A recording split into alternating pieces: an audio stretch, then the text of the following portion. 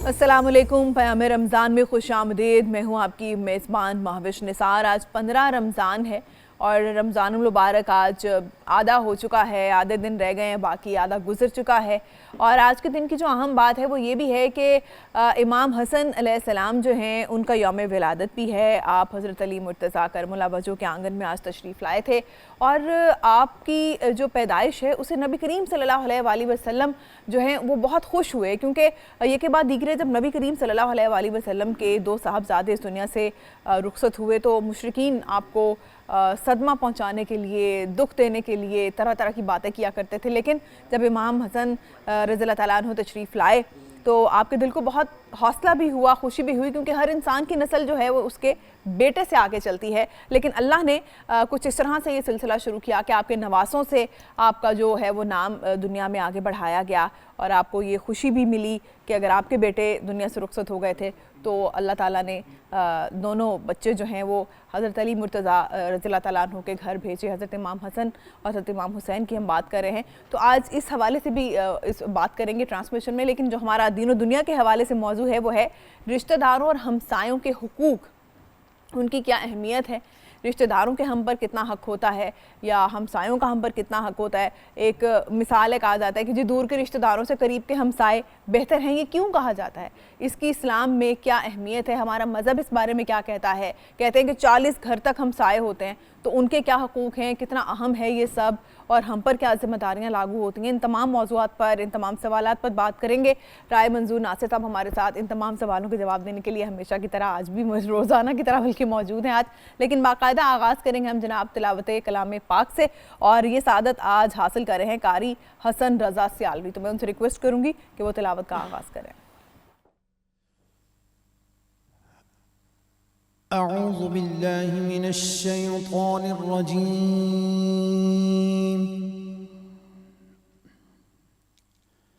बिस्मिल्लाहिर रहमानिर रहीम।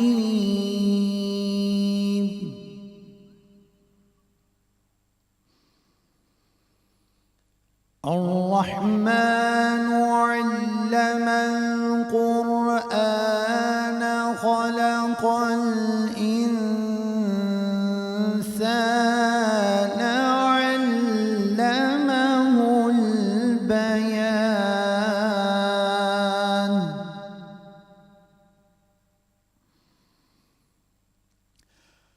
ख़लक़ल इंसान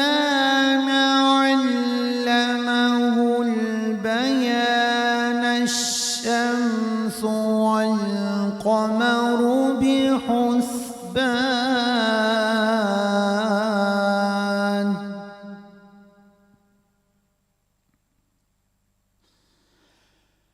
अश-शम्सु वल क़मरु बिहुस्बान। वन्नज्मु वश्शजरु यस्जुदान।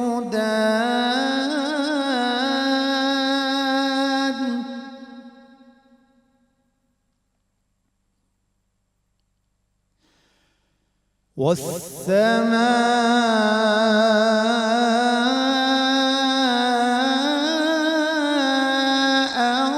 रफ़अहा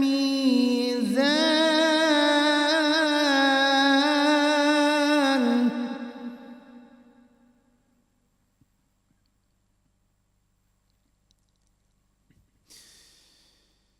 बिस्मिल्लाहिर रहमानिर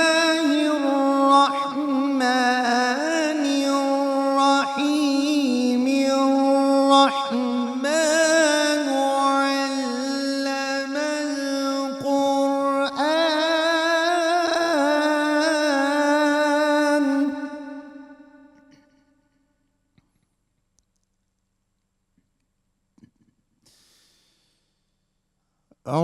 अर्रहमानु अल्लमल क़ुरआन ख़लक़ल